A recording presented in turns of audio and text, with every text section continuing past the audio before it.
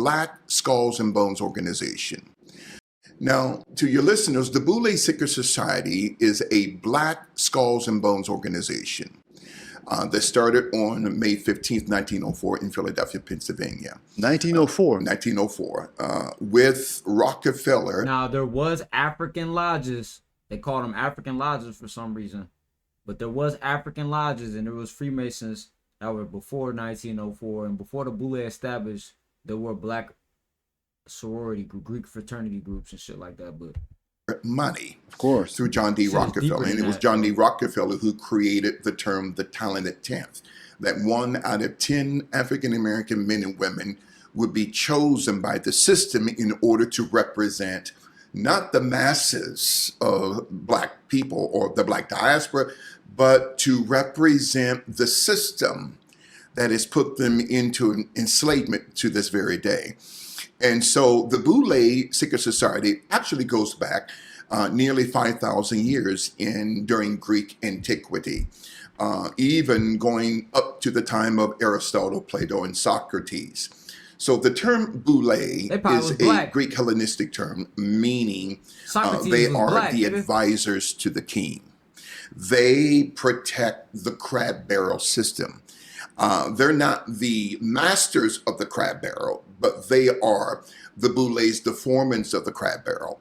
So the term Boule simply means they are the guardians, the gatekeepers of the Greek parliament. Again, this is going back nearly 5,000 years. And so the Greek Hellenistic Society and later the Roman Empire had chosen unique men and women out of a nation that we call Africa today. And a lot of people don't know this, but as a quick side note, the term Africa is not the name of the original continent. Exactly. It is not. The name of the original continent, the mother continent, is called Alkebulan, right? And I heard this is what Mansa Musa real name was. It was something like that with the Alkebulan, all of that, right? Even if he didn't have the name, we know the name is not Africa because there's a man named Scorpio Africanus who was a colonizer. He probably was Black too, but I'm just saying, like, he's depicted as a white man, you know? How is a white man named after, how is a man Africanus? That's where the name came from. Even America for Spoochie. Like, we had the tribal people, the indigenous people of these lands that they call America, Europe, Canada, they had different names. The victors are going to write the story.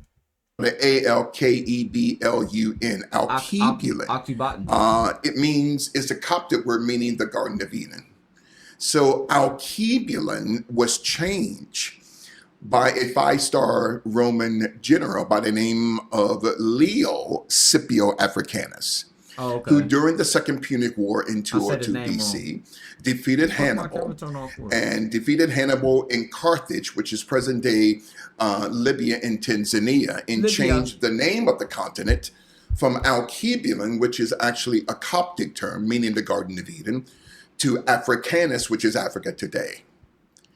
And later on in history, there was a second man by the name of Leo or Louis Africanus, whose real name was Abin Muhammad Hassan, who was born in Grenada, Spain in 1494, whose family was amongst the first slave traders who occupied all of Western, not just Western Spain, but all of what we call Africa today. They were slave traders.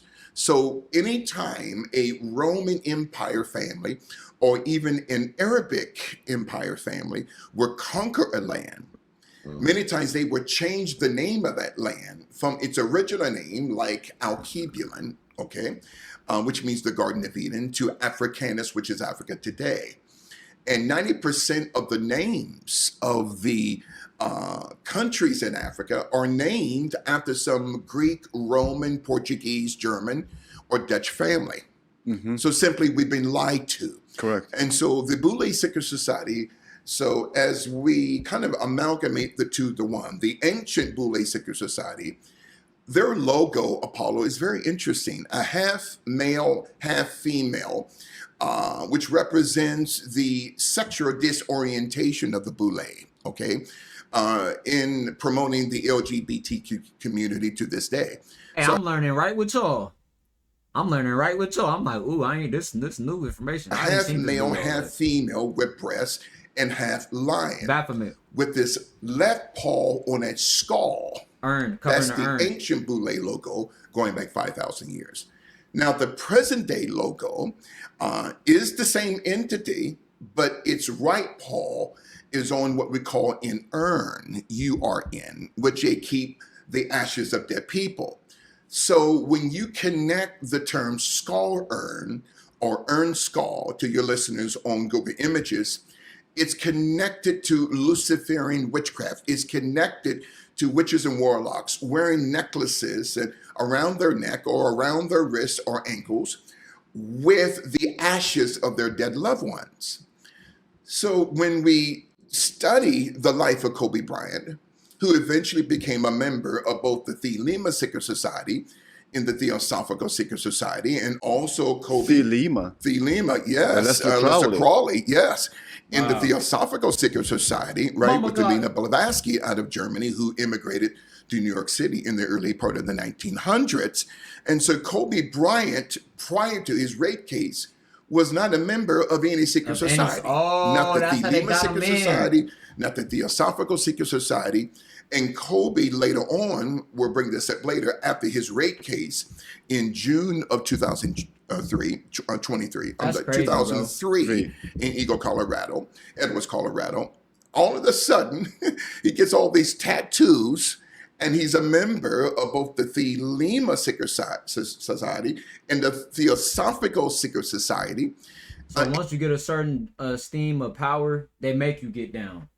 If you cross past thresholds of where you Kobe Bryant and you super famous, once you get to, like, if you somehow slip into A-list celebrity, that's why I ain't trying to be too famous, too viral. I'll take that B-C celebrity if I'll take that, nigga. Because you could get rich off of that. It's about, I'm about to getting rich, nigga. Building wealth, building assets, nigga. Not being the chosen one, LeBron James. I'm the chosen one in the Matrix. Like, no, nigga, I will have, what's his name? I will be Kawhi Leonard on the side, bro. I would be whoever. I don't gotta be the biggest star. Like, you see KD used to be the biggest thing ever. They don't push KD no more. You feel me? Niggas be having their time, they get in and get out. Niggas be getting in and getting out these industries. Shit. You feel me? Yeah, though. That's just the smartest way to do it. Including the Boule Secret Society. Okay, The Boule. he was a Prince Hall Mason. So to your listeners, when you delve into the history or the origination of the Prince Hall Masonic Order that I'll go into depth later on, you cannot be a Boule unless you are a Prince Hall Mason. So going back to this background of the Boule Secret Society in order to understand the foreground as to why Kobe Bryant was unalive and taken out. Obviously, YouTube does not like the topics that we covered with Pastor Larry Gators. That's why I'm asking you to do these 3 simple things. Yeah, what's good, Number bro? 1 is subscribe to my channel why if you haven't done this already. Number 2, leave a comment below in the comments section. And number 3, share this episode with all your friends, peers, and loved ones. These 3 little, quick, small things are going to help my channel tremendously. Thank you for that. And now, let's get back to the podcast. So the Boule Secret Society's original logo, going back 5,000 years, half male, half female, half lion with this left paw on a skull. The present day logo of the Boule Secret Society, which they are now headquartered in Atlanta, Georgia, is the same entity